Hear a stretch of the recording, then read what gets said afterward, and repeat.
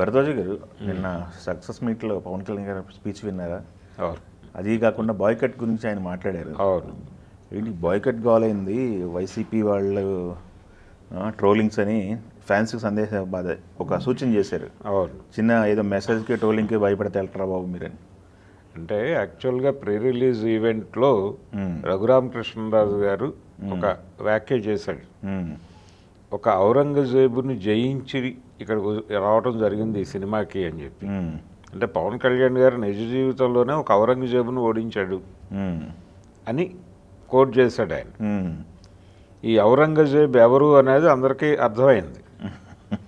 అర్థమైన తర్వాత వాళ్ళు బాయ్కాట్ అనేటువంటి పిలుపు అక్కడి నుంచి మొదలైంది. బాయ్కాట్ హరిహర వీరమల్లు అని వాళ్ళు హ్యాష్ ట్యాగ్ పెట్టి ప్రమోట్ చేయడం మొదలైంది. అయితే దీనికి కొంత రీజన్ ఉంది. పోనీ యాక్చువల్గా ఆ వేదిక మీద రాజకీయాలు మాట్లాడకుండా ఉంటే బాగుండేది అనే అభిప్రాయం చాలామంది మాట్లాడారు. లైలా అప్పుడు కూడా అదే పృథ్వీ మాట్లాడింది ఇది ఓకే, కానీ అది ఇప్పుడు పృథ్వీ మాట్లాడిందేమో 11 గొర్రెలు అన్నాడు ఆయన. ఈ 11 అనే నెంబరే ఆ నెంబర్ ఎవరు మాట్లాడినా కానీ దాన్ని ఆపాదించేసుకుని దాడి చేసేటువంటి పద్ధతి. తను సారీ చెప్పాడు తర్వాత, పృథ్వీ సారీ చెప్పాడు. అంటే సినిమా ఇండస్ట్రీకి సంబంధించినటువంటి కొన్ని యూనియన్స్ కూడా ఇన్వాల్వ్ అయ్యి సారీ చెప్పాయి ఎందుకు వచ్చిన గొడవ అని చెప్పిన తర్వాత ఫైనల్గా తను కన్విన్స్ అయ్యి సారీ చెప్పాడు. అది అయిపోయింది. దీనికి పరాకాష్ట ఒకటి ఉంది, 11 అనే నెంబర్ వాడుతున్నారు అనేది. ఈ 11 అనే నెంబర్ వాడుతున్నారు అనే దానికి పరాకాష్ట ఎక్కడి దాకా వెళ్ళింది అంటే కన్నప్ప సినిమాకి సంబంధించి ఒక టీజరో ట్రైలరో రిలీజ్ చేసే టైం 11 గంటలకి అని చెప్పాడు ఆయన.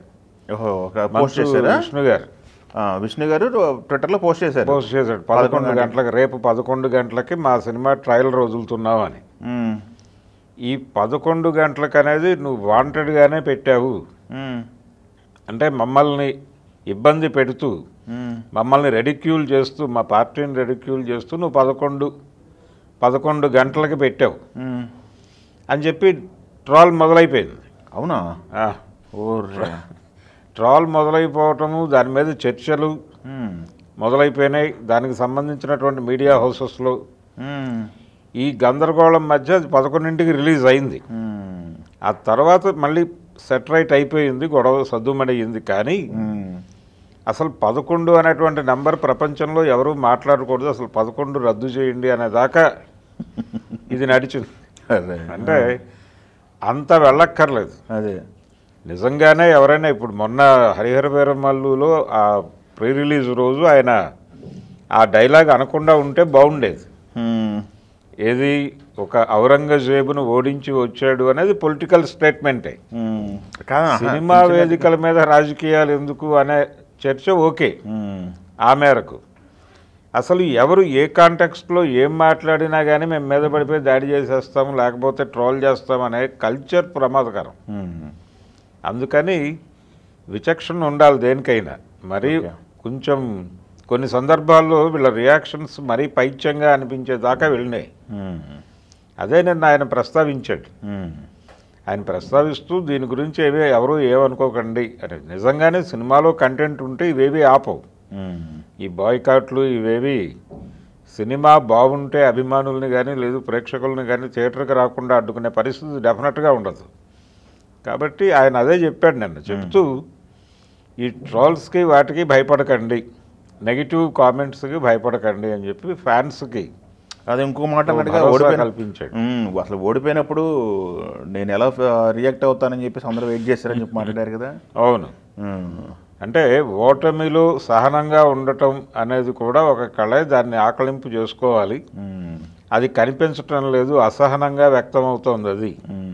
కాబట్టి అర్థం చేసుకుని పోదాం అన్న టోన్లో నిన్న ఆయన అభిమానులకి మీరు పట్టించుకోకండి, అతిగా రియాక్ట్ కావద్దు అన్న పద్ధతిలో చెప్పుకుంటూ వెళ్ళాడు. అది పద్ధతే, అది కరెక్ట్ లైనే. ఆ కరెక్ట్ లైన్ ప్రకారం అభిమానులు వెళ్ళటం కూడా కనిపించింది. నిజానికి మనకి గతంలో లాగా ఏ వ్యాఖ్య వచ్చినా కానీ అటు నుంచి ఇటు నుంచి రియాక్షన్స్ తక్కువగానే కనిపించినాయి. ఇంకొకటి అబ్జర్వ్ చేశాను నేను, మీరు చూసారా? అందరు హీరో ఫ్యాన్స్ కూడా కటౌట్లు పెట్టారు వీరమలకి. ఎన్టీఆర్ ఫ్యాన్స్ కటౌట్లు పెట్టారు వీరమలకి, ప్రభాస్ ఫ్యాన్స్ కటౌట్లు పెట్టారు వీరమలకి. బాలకృష్ణ అందరు హీరో ఫ్యాన్స్ కూడా వీరమల్లి కటౌట్లు పెట్టారు థియేటర్ దగ్గర. అవును, అవి చూసాం మనం. ఇంతకుముందు హీరో ఫ్యాన్స్ దాడి చేసుకునేవాళ్ళు, ఈసారి లేదు.